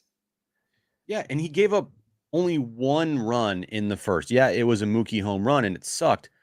But this offense had to do its part too. They had to go out there and respond, and they didn't. They just looked lifeless. So, yeah, you can blame Cease for killing the vibe, but guess what would have happened if the Padres scored? The vibe would have gone right back to 100. So, it's not all on Cease. He's a problem. He's a big problem in the rotation if they happen to advance, but it wasn't like Cease giving up that run in the first just ruined the entire game. Game was such a long game, dude. Down Yeah, 1-0. I mean, They're down 1-0 last night. what's interesting is, like, has my opinion changed on their ability to win the World Series based on how this series has played out to this point? I mean, am I concerned about like not having a Not Joe great. Musgrove for Game 4? Like, does that change things? We told you it would, and guess what? It did. And then watching Dylan Cease come out and pitch this way and seeing Michael King struggles, I mean, yeah, do you have questions about the state of their rotation compared to where it was 10 days ago? Yeah, you do. But I also know that if you get down to the final 4 teams, you're down to the final 4 teams and shit happens. Yeah. So that's how I look. So they got to get there, though, because they're not down to the final 4. If they get to the final 4, take your freaking chances, guys. How many teams are left? 4 out of 30. But would I prefer them to have Joe Musgrove and Dylan Cease pitching effectively? Yeah, obviously. That's like saying, would you prefer to make $1 million or $500,000? Would you prefer to make $10 an hour or $5 an hour? Like, these are easy, simple conversations. James, thank you. He says, maybe LA fans piss Padres off Friday again and we rake. By the way, I didn't pull up the super from Roger Ramirez, who was trolling Padres fans. I'm not going to do that, but thank you for your support of the channel. But James says, maybe LA fans piss Padres fans off Friday. I'm sure that will happen, by the way. Yes, Dodger fans will piss off Padre fans. That will. There's a guarantee for Friday. I'm trying to look. Where are we at in supers? I got them. Hold on. What are you looking for? Oh, we have a bunch left. Sorry. Kai, appreciate you. He says, we'll be seeing the top guys third time. There's some good news. For the Dodgers, maybe if they have a level of success off them. I mean, Jim's been harping on the lack of success against relievers all postseason long. They did score 6 runs off the B team of LA in Game 2. But that's basically been their offense off relievers this postseason. Yeah, they did not do well against Atlanta's bullpen. They didn't do well Game 1 against the Dodgers bullpen. They didn't do obviously well tonight against the Dodgers bullpen or last night. Thankfully, they hit the 6-run second inning, which was enough. They have had a problem in these 6 games spreading out the offense. They have avalanche innings, and then that's it. They haven't. What the Dodgers did tonight is they scored in the first 3 innings. They scored a homer. They had a homer in the first. They scored 2 in the second. They scored 2 in the third. And it's 5-0. That's called ball game. When have the Padres done that in a part of the game that would matter? If you want to say Sunday night where they scored 6 runs after the whole incident with the fans and then the Machado huddle, okay, yeah, they responded in a huge way because they're up 4-1. But that's one time. They need to do more of that. I would love if Friday night, if you told me right now they score in 3 of the 9 innings and 2 of those are multiple runs, like they're winning that game, no doubt about mine. Yeah, that's 5+ runs. And yeah, I'll take my chances with 5+ runs on Friday. If that's not good enough, I'll tip my cap. Then it's not good. Yeah, exactly. B. Freeman, thanks for the super. Said, did starting C screw us? Could be starting Game 5 on full rest, but instead we start you also. No. Because there's been 2 off days since you pitched. So he's going to go Sunday to Friday. That's 4 full days of rest, which is typical for a starting pitcher in the major league. So he's on normal rest. Even winning Friday, our rotation is off. No one is going to worry about that, Nobody guys. cares. Nobody cares. We can't worry about that. So what we can worry about is solely Friday. And no, starting Cease tonight doesn't impact what your plans were for Friday, regardless of whether you started. In fact, if Cease didn't pitch today, Jim, I have no idea what his role would be on Friday. And it doesn't necessarily put you in a better position to win. I don't even know if he would appear.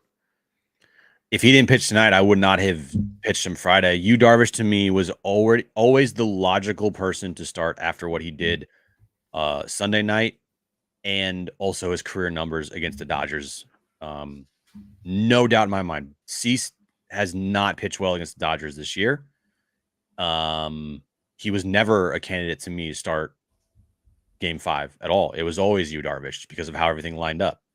Cease, the Game 4 start was an option, and that's what happened tonight. I don't think he screwed anybody. I think he just, once again, couldn't command his fastball. Maybe it was adrenaline again, and he just pitched horribly.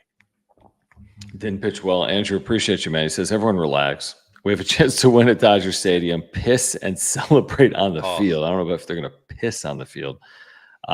Couldn't ask for more. Let's go. Yeah. That goes back to what we said an hour ago. Could you ask for more? Not really. Truthfully, not really. Going into the series, if someone told you it was going to be a 5-game series, would you have taken it, Padre fans? You would have. If someone told you going into the series there'd be a 5th game, of course you're going to take it. And that's where we are. Nothing lost, nothing gained.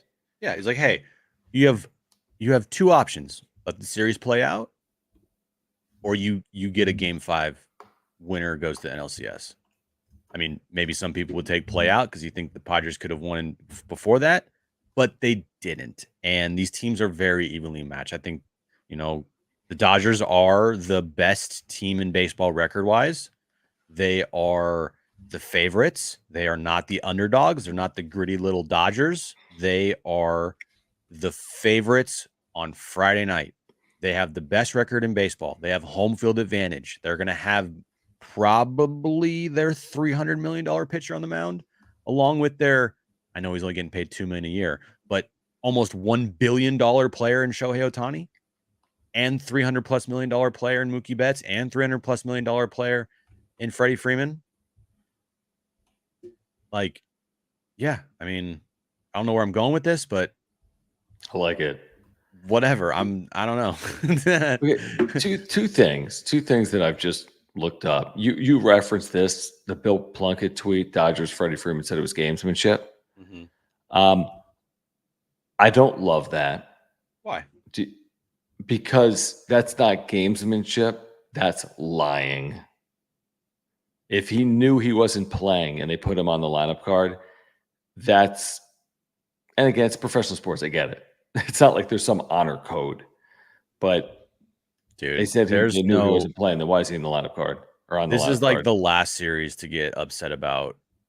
I feel like that type of stuff. Maybe it's what we've seen the first 4 games. To me, it's kind of anything goes, and you just hope the Padres are on the right side of all of it. Okay, forget that. And the other thing is, I'm looking at ESPN Bet, and the Dodgers, without naming a starting pitcher, are minus 145 for Game 5. That's a healthy little favorite at Dodger Stadium. Like Jim said, they're not going to be an underdog.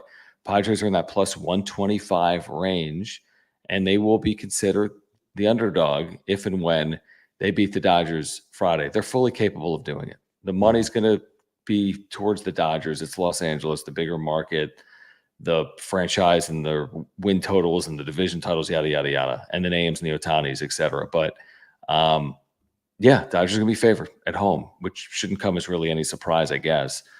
Playing Game 5 at home, that's the whole point of winning the division, having home field advantage. Talent, thank you. He says, cease to exist. What a disgrace, so predictable. Nah, I think it's probably going too far. Yeah. Is your opinion changing on Cease? Based on what we're seeing here, is your opinion changing on what you would do with Dylan Cease long term if you're the Padres? Oh, dude, I haven't even thought about that. I know, but isn't that something interesting? I mean, you gotta perform in the postseason if you're gonna be here long term. Yeah, he had a really good year, not the best year. He had moments where he was, I mean, unquestionably one of the best pitchers in baseball. And then he had a lot of moments where he looked like very average. He has it in him. He just has to be more consistent. He's almost like a little bit of a Blake Snell type. But Blake Snell has actually become more consistent over the last 2 seasons. And Cease has just a problem with kind of unraveling. And that's what happened this year, where it's like 3, 4, 5 starts. He just is blah. And then he turns it on and he's like really good for 3, 4 starts.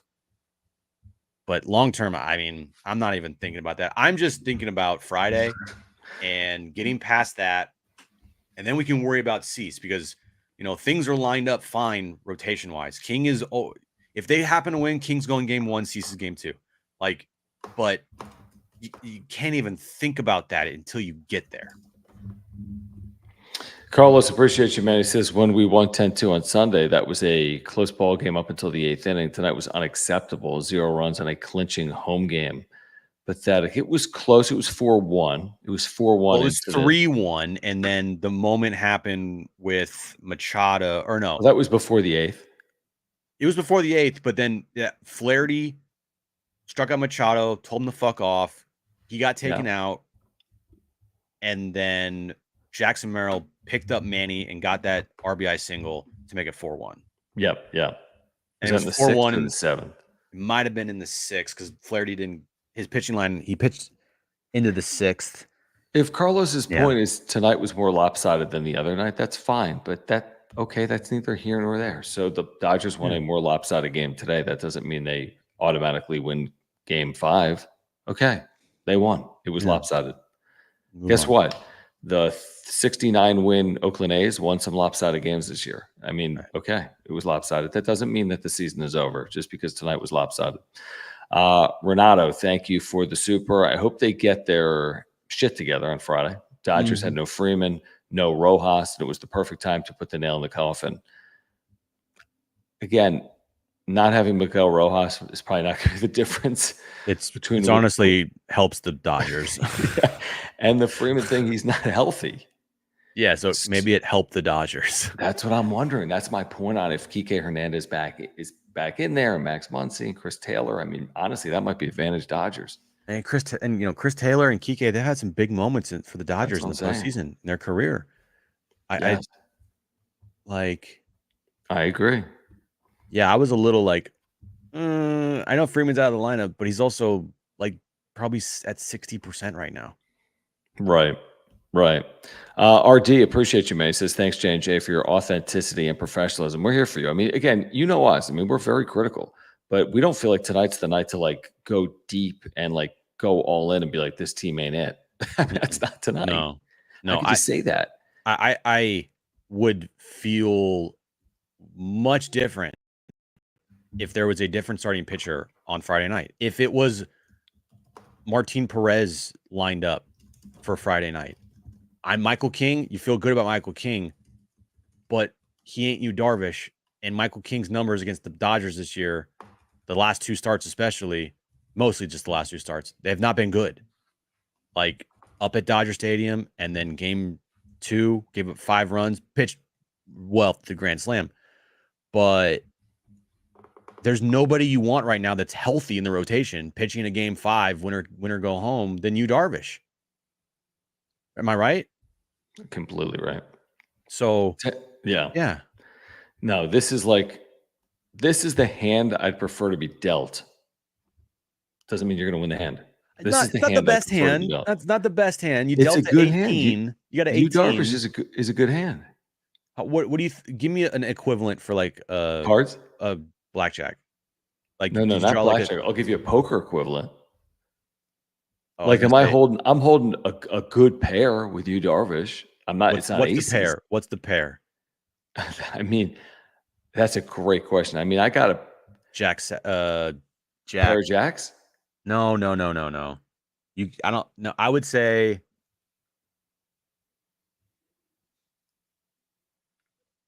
you're holding, I don't know, pair of 10s, and the flop was Jack Ace 7. Queen King. No. Well, Jack Ace 7. Then you have inside straight. I don't know cards. I'm gonna shut the fuck up. Pair of 8s. There we go. Pair of 8s. That sounds good. Pair of 8s. I think not the best hand, but you have a pair at least. 9-2 offsuit. No. I think he's somewhere between. I think honestly, he's probably a pair of 10s, and you're going to win a good amount of hands with a pair of 10s. You'll win over half the time with a pair of 10s. And the Dodgers probably have a pair of jacks. Do they? We don't even know who they're pitching. Just because they're at home. Our analogy is stupid. Our analogy is stupid. Don't listen to that. They can have their pair of jacks, but who knows? Talent says time to shave off the iconic mustache. Cease. Look like a.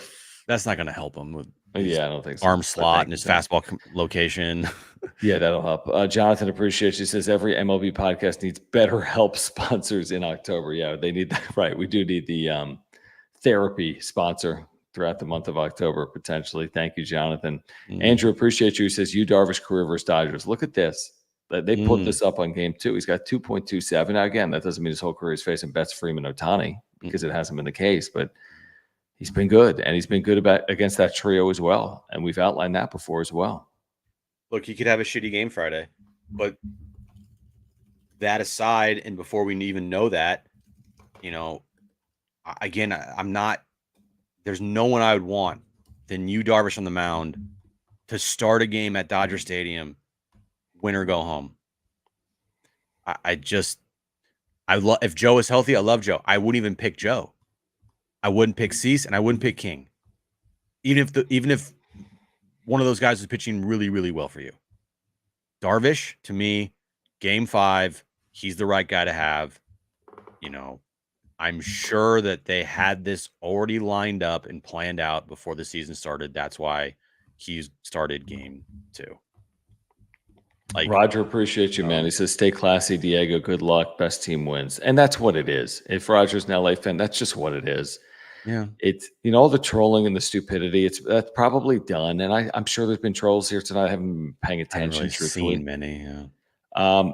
But and guess what? The winner of game 5 will have the last laugh, and there'll be trolls the other way. If Padres win, everyone will be trolling LA. If LA wins, everyone's going to be trolling San Diego. Tonight's not the troll night. I mean, whatever happens Friday is going to determine it. I don't know. I don't know what LA fans would truly be celebrating tonight. I mean, you haven't won anything. You've extended it out. Neither of these teams has won anything. You celebrate the win, but you don't celebrate like you won the series. Exactly. Like we did last night. We celebrated that win, but every time we talked about it, it was job's not finished. You have to win one more. That's right. Style Clash 619 says, any concern about 0 runs since second inning yesterday? Sure. Yeah. Tons of concern. Concerned. Yes, absolutely. There's concern. Yes. How many innings is that? The 7 plus 9 is 16 innings. That's 16. Yeah. I'm concerned. I'm concerned. Hello. And if they don't score in the first couple of innings on Friday, it gets more concerning. Concern. Yeah. Concern. Yeah. Murray, thank you. After game 1, you said he just had a bad game. All love, Jim. Oh, talking about Dylan Cease? Yeah, he had a bad game. Same thing with tonight. He had a bad game. What do you want me to say, Murray? Do you want me to say he's the worst pitcher in the fucking sport? No, he's not. He pitched on short rest. I mean, it was a bold strategy. Like, what am I pulling on my pom-poms and saying he had a bad game, but actually it wasn't that bad. He had that really good second inning, and he struck out the side in the second. I know he gave up 5 runs, and he only went 4, but, I mean, you just got to look at that second inning, what he did. It was just a fantastic second inning. Like, no, he sucked on Saturday, and he sucked tonight. What else do you want me to say? Kevin, appreciate you, man. He says, shout out to Kevin O'Connell. Highlight, I guess. Yeah, that is one of the highlights, right? Rang the bell. Aztec for life. Vikings head coach. Very cool. There's no doubt about it. They've done a nice job with their presentation, their marketing, the in-stadium. They've done a nice job. But would have preferred to win, obviously. James, appreciate you. He says maybe Friday LA fans piss off Padres and they rake again. I think you said that earlier. I think you did. But thank you. Yeah. Appreciate it. Yeah. Talon says, ace starter versus bullpen game. No excuses. Stop. I mean, the bullpen shoved tonight for the Dodgers. So yeah, I mean, I think there were 2 bullpen games in baseball today, and both of them pitched shutouts. Is that right? Baseball analytics nerds are sitting there with their sock out, like or abacus or whatever. Yeah, no, they take out their special sock and they're just like, "Yeah, we did it." That's exactly right. I don't even know what you're talking about. Their special sock. I have no clue. Shout out Deadpool. What are we talking about? You just never mind. Special. I'm using a lot. Let me explain it to you real quick. All right, stop. Hold on. Take out your special sock, nerd. That is a line that was used in Deadpool 3 before the fight between him and Wolverine. So I was referencing the analytic nerds in using a line from the Deadpool movie. Hence why I said, shout out Deadpool. Gotcha. Talent says, let's not forget Joe Musgrove injury killed us. We'll see. Yeah. Now, what did we say the day after we found out? We said we both Makes said things it's a harder. significant loss. Yeah. I mean, But there's no also, other way to look at it. long term, yeah, it hurts it hurts way more in a 7-game series. But also, he's never beaten the Dodgers before. Remember that. Mm-hmm. They won in 2022 with him on the mound, but they're also down 3-0 in the 7th. And he pitched really well at Dodger Stadium on that Tuesday, but they lost that game as well. And he didn't. He picked up the no decision, but he also didn't beat the Dodgers. So he has not beaten the Dodgers. It hurts long term. This go around, like, yeah, it sucked and whatnot, but I don't think it was like you lost a guy that is 10-0 with a 0 ERA against the Dodgers lifetime. Right. No, you're right. You're right. Moises says, thank you, Moises. Appreciate you, man. He says, no one ever said killing a dragon would be easy. The cave you fear to enter holds the treasure you seek. You remember Joseph Campbell saying that. Rap, let's get it. The cave you fear to enter holds the treasure you seek. This isn't a fear factor situation. If in 2022 there was like this lore, fear is not a factor for you. That's not what I'm feeling right now with the Padres. I think they either win or lose, not based on fear or intimidation. I just think they're going to win it or they're going to lose it. But I don't think it's going to be they lost because they were intimidated by the LA Dodgers. I'm not going to buy that. I'm not going to buy that narrative. I just think that if they get beat, they get beat by potentially a better team. And if they beat them, they beat them. I just think whatever happens is fair and square. Yeah, this is not, in my opinion, another go out and slay the dragon type of series. What is it if it's not slay the dragon? It's not slay the dragon for me. They did that in 2022. Right. This to me is different than that. These are two very equal teams going up against each other. Over the last couple years, they have almost been equals. Take away last season, even though the Dodgers got swept in the DS round again. So it's not slay the dragon, it's something different, but I don't know what it is yet.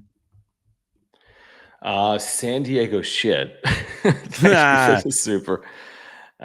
69 Go Padres Game 5 LFGSD. Brown and gold. All right, let's go. Well said. Well Good said. job, San Diego shit. Thank you, San Diego shit. Yeah. And then this it's kind of fitting to potentially get near the end of our night with HBBBV, who says, can we confirm that Miggy was out gambling? Can we, Jim? Was that actually yesterday? Rojas? I don't know. Maybe. I don't know either. I don't know. Maybe. Honestly, we cannot confirm it. I think that's something we cannot do, but maybe. It would surprise me, but maybe. I like this comment from. Yeah, hold up. I think Jim is the biggest troll with zero baseball knowledge. Thank you, Edgar. I just wanted to bring that up. Don't you want to say something? No, I just don't. I don't care. Like, I'm just proving a point. I don't care. It doesn't matter. It doesn't bother Edgar, just subscribe. That's all I care. Yeah, subscribe and like the show. Watching Edgar. How is he a troll, by the way? So true. What am I trolling? I don't even know what Jim's trolling tonight. The Dodgers? Guilty as charged. Sorry. Yeah. And JD Gaucho says Game 5 will come down to who's more disciplined. It's going to come down to a lot of things on Friday night. I don't know if our first line, if the Padres win on Friday, is like the more disciplined team won. Right. Or if the Dodgers win. I don't know if that's what I'm going to say. Composure? Are we saying maybe composure plays a role in all the – it's going to be high intensity, high drama. Right now, would you bet money on Friday night being a classic? No, I wouldn't bet money on that. Okay. Would you? Just because I feel like today that there's so much strategy involved in these games that they kind of take that possibility out of it because they just like use 8 pitchers, both teams in games like this. Like, is it going to be a back and forth like 9-8 game? I guess it could. What's a classic for you? Walk off? Well, I don't want to see that.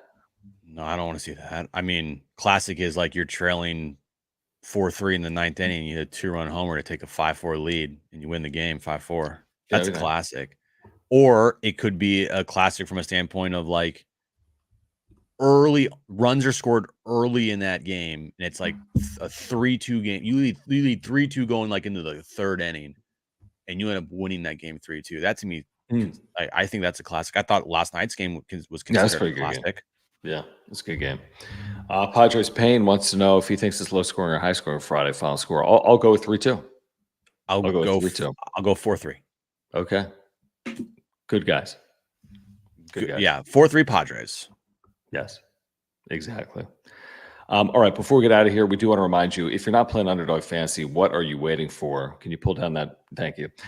Use promo code PADSWRAP, PADSWRAP. Get that 50% deposit match up to $1,000 by using promo code PADSWRAP. You're going to get a gimme first pick. You can play Padres Pick'ems. You can win 1,000 times your money in a single night. Play along on Friday, and then you can play across sports, MLB, college football, NFL, NHL is back, NBA is coming. Underdog is the simplest and easiest place to play fantasy sports. If you haven't played, what are you waiting for? Click the link in the description down below. Get their best offer yet, a 50% deposit match up to $1,000. All you need to do is use promo code PODSWRAP. Support the channel. Use promo code PODSWRAP, PADSWRAP. Click that link in the description down below, right, Jim? Or the QR code right there. Download the Underdog Fantasy app. Use promo code PODSWRAP. Higher or lower your favorite players, baseball postseason, NFL. Do it right now. What are you waiting for? Download the Underdog Fantasy app, promo code PODSWRAP, PADSWRAP. We're going to do the same thing on Friday night, and we'll be doing it from multiple states. Jim will be in – what do you got? Oh, continue, sorry. Jim's going to be in San Diego, which is in the state of – trivia question, trivia time, Jim. San Diego's in what state? California.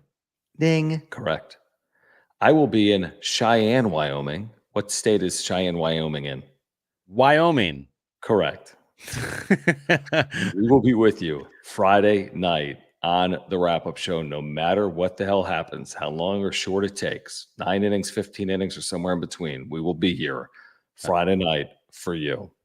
Now, let me remind everybody for some good mojo heading into Friday. In 2022, when the Dodgers and Padres played here at Petco Park, and the Padres beat the Dodgers to advance to the NLCS, John was away, and he was not in San Diego. You're right. I was in Utah. He was in Utah because he decided that during the postseason, he was going to plan a trip with his wife for some reason. That trip, I think, almost got me divorced. Yes. Because I went out a night late because we did a Padres postseason game from like a Naughty Barrel type location downtown. Yep. And then we did a post-game show, and it's in our open of the show, of us doing the post-game wrap-up show after the Padres beat the Dodgers. John is in a random hotel, and I'm at home in our bedroom with Aaron, like, raging because we were up till 2 a.m. and she had to work the next day. But hopefully, again, we will be doing a post-game wrap-up show after the Padres beat the Dodgers with me in one area in California and John in a hotel somewhere else. Freaking Wyoming. There's nothing I want to do more. Freaking celebrate a Padres Game 5 win over the Dodgers in Wyoming. So if it doesn't happen, I'm going to be freaking pissed. I will be upset too. I know you will. Subscribe, please. Year-round content. If you haven't subscribed, you got to do it. Smash the like button for us. We need to get to some of these supers, by the way. Thanks, Vito. We appreciate you, man. We appreciate you, man. Like you said, did it in 2022. JD Gadget, thank you. Says better in grinding out ABs, clean defense. Yeah, I mean, that could be the difference. 100%. Clean defense absolutely could be the difference. Yep. Grinding out of bats absolutely could be the difference. We have year-round content. We pulled that up. Oh, sorry. Smash the like button. Follow us on X at John Schaefer, at Jim Russell SD. We appreciate the super thanks if you are here on replay. We can't handle this either. We really can't. Support our partners. Mark Nimitz at Farmers Insurance. If you have an insurance need, he can save you money. He's been with us since day one. Support him. Click the link in the description down below. Mova Globes, 10% off with promo code PWS10. That is PWS10. Click the link in the description down below. Underdog. Use promo code PODSWRAP. That's PADSWRAP. Get a 50% deposit match up to $1,000. Join us tomorrow, John and Jim, 3 p.m. San Diego Sports 760, iHeartRadio app, and YouTube. Search for John and Jim 760. 3 full hours of reaction to Game 4 and looking ahead to Game 5 on Friday. We'll see you on Friday night on the wrap-up show. For Jim, I'm John. Dodgers take Game 4. We'll see you tomorrow, and then on Friday on the wrap-up show. Thanks, guys. Stay safe, everybody. Next time we talk,